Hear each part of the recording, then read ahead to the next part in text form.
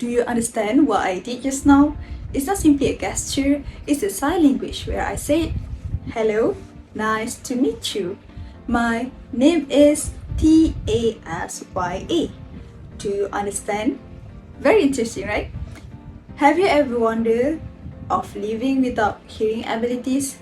Waking up to no alarm clock sound, no music to listen to, and somehow no one can hear your voice.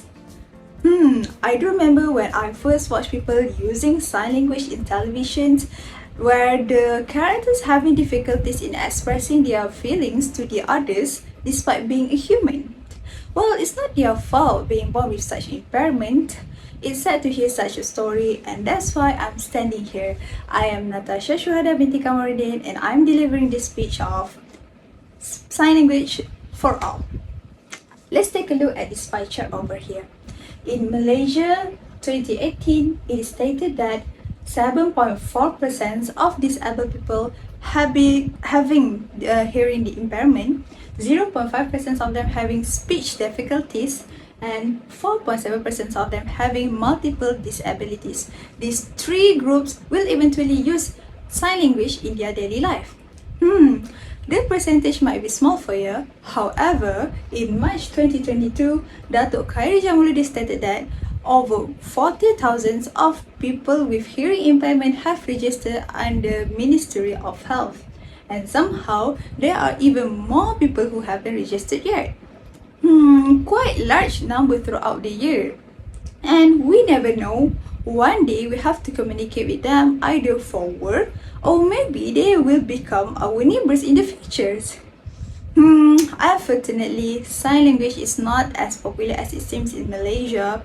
Hence, by knowing the causes and the solution, we'll be able to reduce the barrier between disabled people and the community. Now, let's move on to the causes of people not knowing the sign language. There are two major points that I want to highlight here. The first one is lack of general awareness in in impairment issues. The second one is lack of sources to learn the sign language. Let's take a look at the first one. The reason of lack of general awareness in impairment issues is, the first reason is sign language doesn't have priority on us.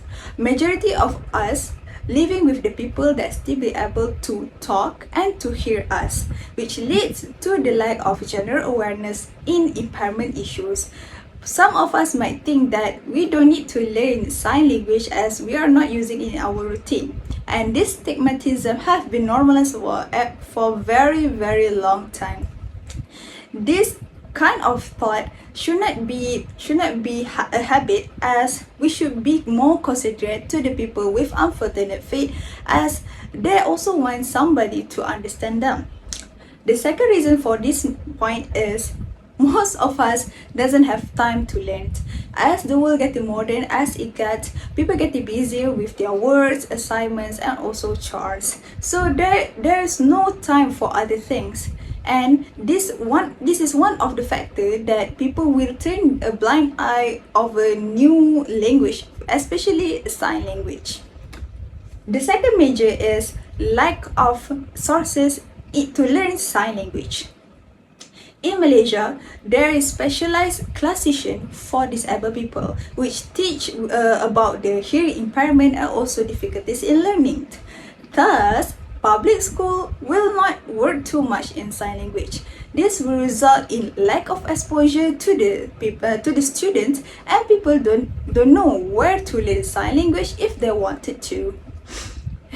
There are also online platforms to learn sign language. However, little did you know that sign language also have their own variation like other languages. For example, in America we use ASL, which stands for American Sign Language, BSL in United Kingdom. In Malaysia, we use BIM, which stands for Bahasa Isyarat Malaysia. So, if we keep rely on online platform without a proper guide, we might be misunderstand and cannot master the language properly. So we have know the causes. Hence, we move to the next part. Like people say, every problem have a solution. Actually, sign language can also be included as curriculum activities, and primary school will be one of the target to learn new things. This is because as the UPSR have been abolished in 2021, the student can be at ease and be able to learn new things freely as they would have less burden to carry. And other than that, by teaching the primary students, they easily remember everything that they learn, and they will find out that the sign language is a normal language. In my opinion, it is a good indication as there will be no prejudice towards the disabled people as the youngsters have been exposed to the sign language. And to keep the language on track, Minister of Education should include the sign language as an elective subject in universities. This will be beneficial to the student who want to learn sign language, and also the interpreter to involve in the education field. At this stage, the subjects will be optional, so the student doesn't need to burden themselves in the university life. All and all, being deaf or mute is not a choice. It's a given by God. Do special people like them being born, so it us to appreciate them.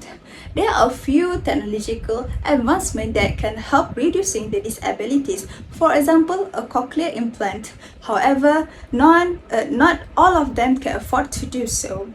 Hence, by discovering the causes and the solution for learning sign language will indeed reduce the barrier of between disabled people and us.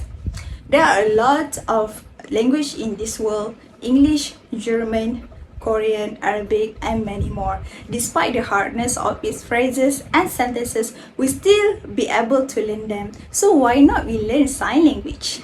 That's all from me. I'm Syuhada. Thank you.